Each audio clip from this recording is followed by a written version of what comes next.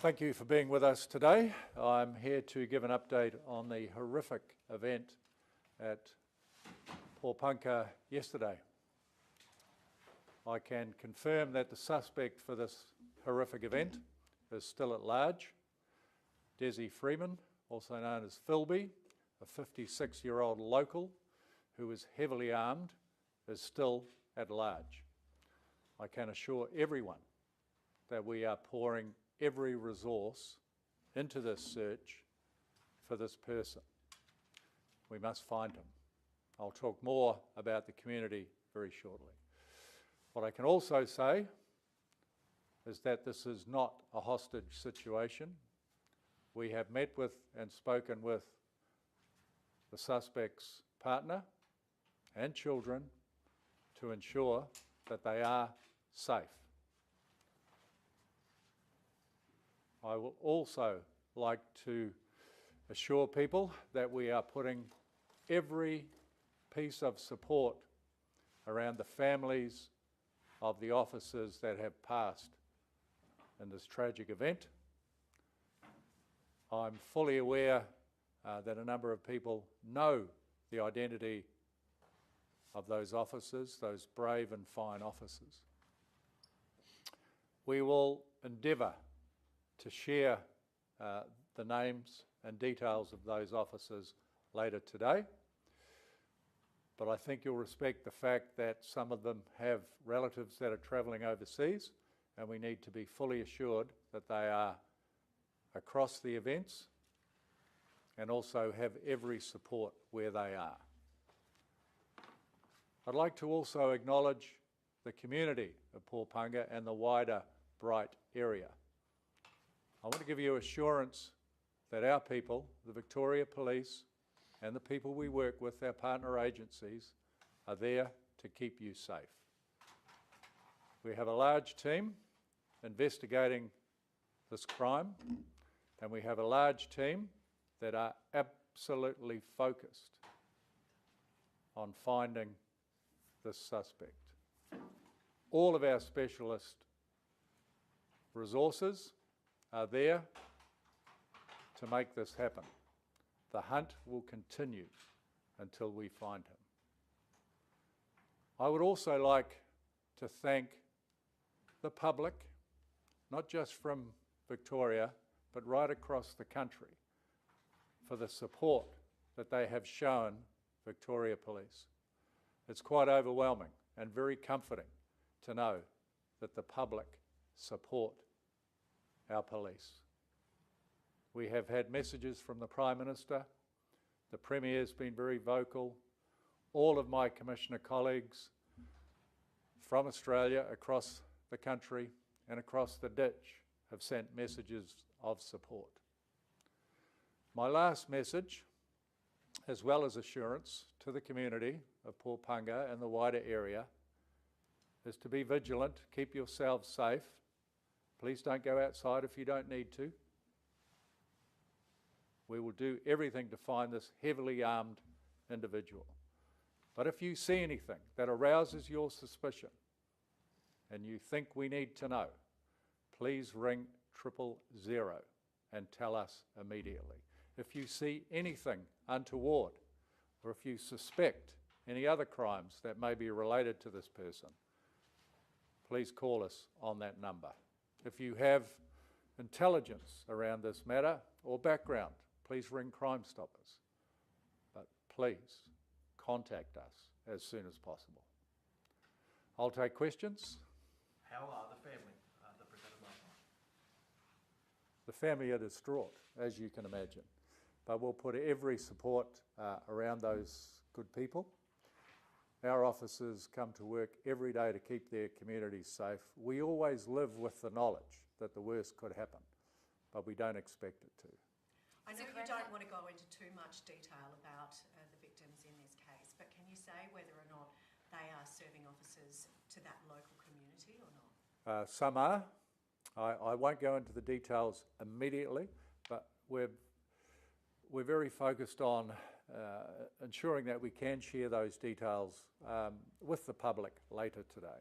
If they are close by as part of those community members, because obviously this is a very tight-knit community. How much of an impact is that, not just on the family, but broadly the community in general?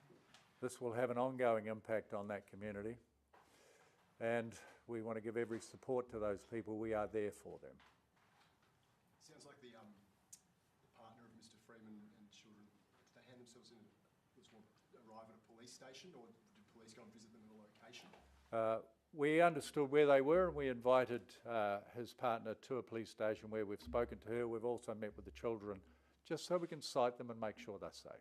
Well, we understand they didn't necessarily go willingly with police. I think the partner did go willingly to the police station to meet with us. Is it possible the suspect has fled interstate? Anything's possible. We don't have any information to suggest that's happening or has happened, but we are open to every scenario.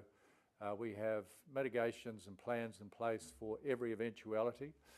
We spoke yesterday about our colleagues across the border in New South Wales. They are fully briefed. They are on standby, and should any information or intelligence be received, they will deploy to that immediately. Do you still have that perimeter set up and believe he's... Yes, we have a cordon. We have a wide cordon.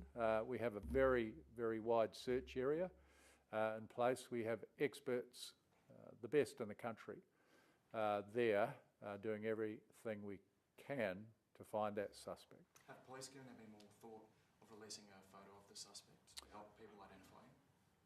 Yes, absolutely. That photograph is in the public domain. I'd actually like to thank the media for getting that photograph out, full profiles of who that person is. I'm not going to talk to them any further, but the information out there is helpful. We will put our own out there as well, so that the public are absolutely aware of who the person is and what they look like. Do you know the suspect has been increasingly erratic and espousing conspiracy theories and hatred of police? How much of that was known by the police before they arrived at the property? Well, we had a good profile on that person before we went in, but I'm not going to go into any more detail about that. Do you have any intel on his whereabouts? Have thermal imaging cameras, police made any sightings? We have all of those assets in play, but we have not had any confirmed sightings of him at the moment. Any intelligence suggest he could be in like a bunker or anything? Anything's possible. He knows that area, even though we have experts in the area, he will know that area better than us. So that's why we're putting in every expert and supported by local knowledge as well. Is it possible that he's set up traps anywhere? Anything's possible. Our people are used to those sorts of interventions, and they're well briefed to be on the lookout. And what's your message to anyone helping him hide out? Don't support this person. It's very dangerous.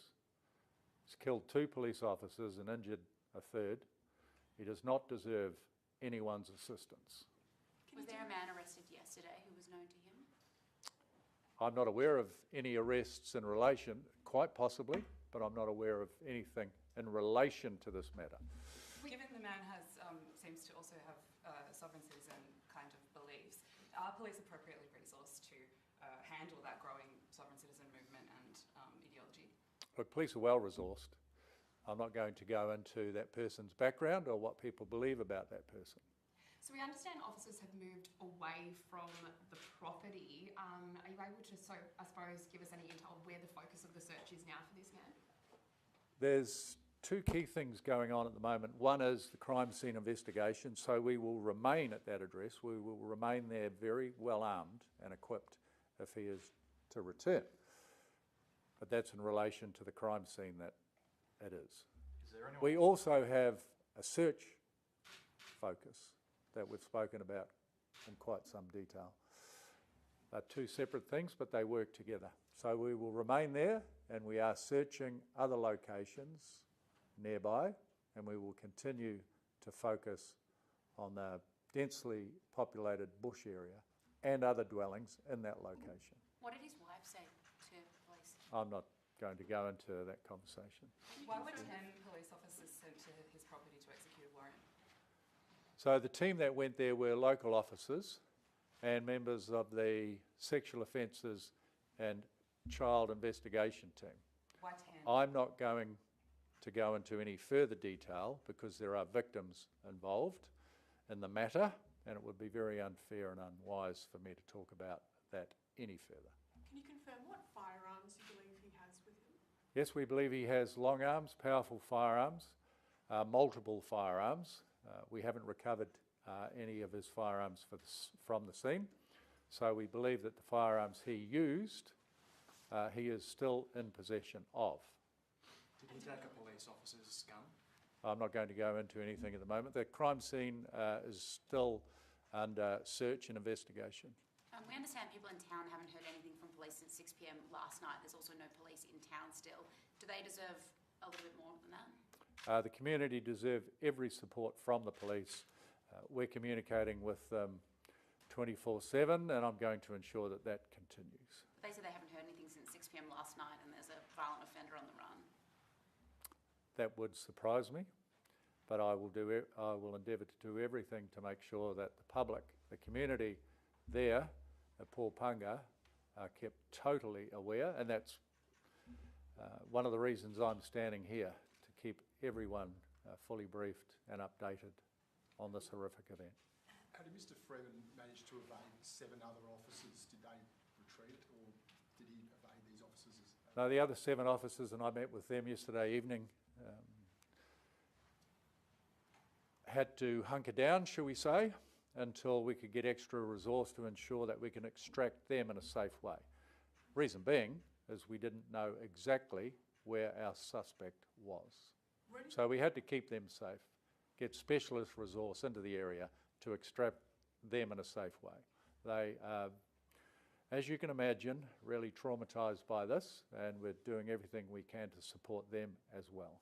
Were any shots fired as they had to hunker down at the same time? Is there any suggestion that this offender might be wounded himself as he's running away? I don't believe he was wounded, but I do believe that we did discharge shots in his direction. Do you know how many? I have an idea, but I'm not going to confirm until I've had it confirmed. Has there been any other evidence? We've already heard about potential thermal imaging, but is there any other evidence or what K9 has been able to find to narrow down the search area in any way, shape or form, or not? Look, I totally appreciate the question, and people have a thirst for knowledge, but it's very important that we don't share too much information. We don't know where he is or whether he has access to media. So we have to be very conscious of that as to what we put in the public domain other than general search techniques. So I'm sure you'll appreciate that. But I have experience where people on the run will find a way to monitor the media, and that assists them in evading us. So I'm not going to put too much in that domain.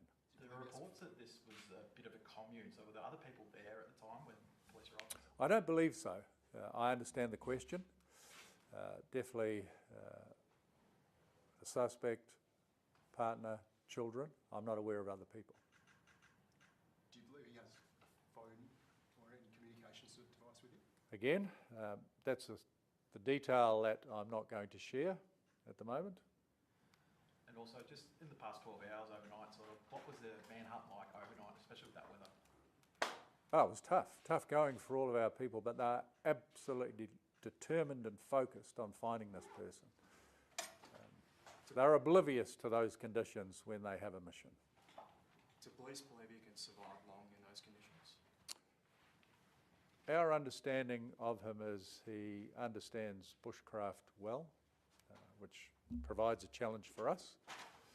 But we keep an absolutely open mind on what options are open to him, and those options will inform our approach.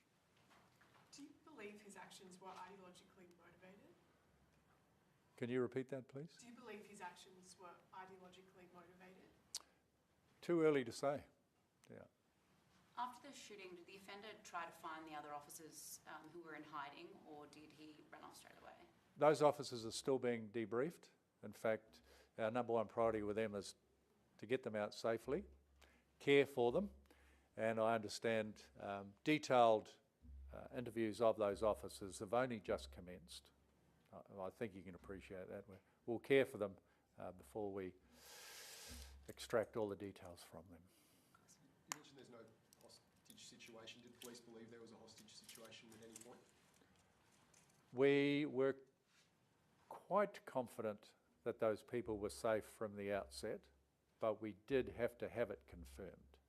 So I know there was a lot of conversation about a hostage situation. It wasn't our belief, but it was very important for us to confirm for ourselves by actually meeting with his partner and children to ensure they were safe and that this was not a hostage situation. So it did take some time to verify. You mentioned the reason police were there a little earlier. If you sent a team of 10 there, I know it sounds as though there's some details you don't want to get into too much, but can you maybe elaborate a little bit further? A team of 10 seems quite significant. Can you talk us through what you can? Well, part of executing a search warrant is searching. So it's quite a large area, so it required a number of staff to search the area and also search for technology and other things that would provide evidence to the offences they were investigating. So a lot of these officers were intelligence officers as opposed to... They were search officers and investigation officers. Are you able to give us an update on the officer who is in the AFRA currently? Yes, I do hope to visit that officer today. My understanding is that they are out of surgery, significantly damaged, but will recover. But we'll get more on that, but I am keen to visit them today. Can you let us know if that officer was one of the local ones or one of the Melbourne officers? I won't go into that at the moment, but we will share those details. Yeah. Have police advised the local schools and amenities to close today or ongoing? I'll have to come back to you on the specifics of that. We have issued a number of warnings. I wouldn't be surprised if we have asked schools to remain closed. It would be quite appropriate, but what the detail of those directions are, very happy to come back to you on that. Can I just clarify, did all of the 10 officers enter the premises or did some sort of linger back? They were in the environment, so they were on, not necessarily inside the house and the adjoining structures.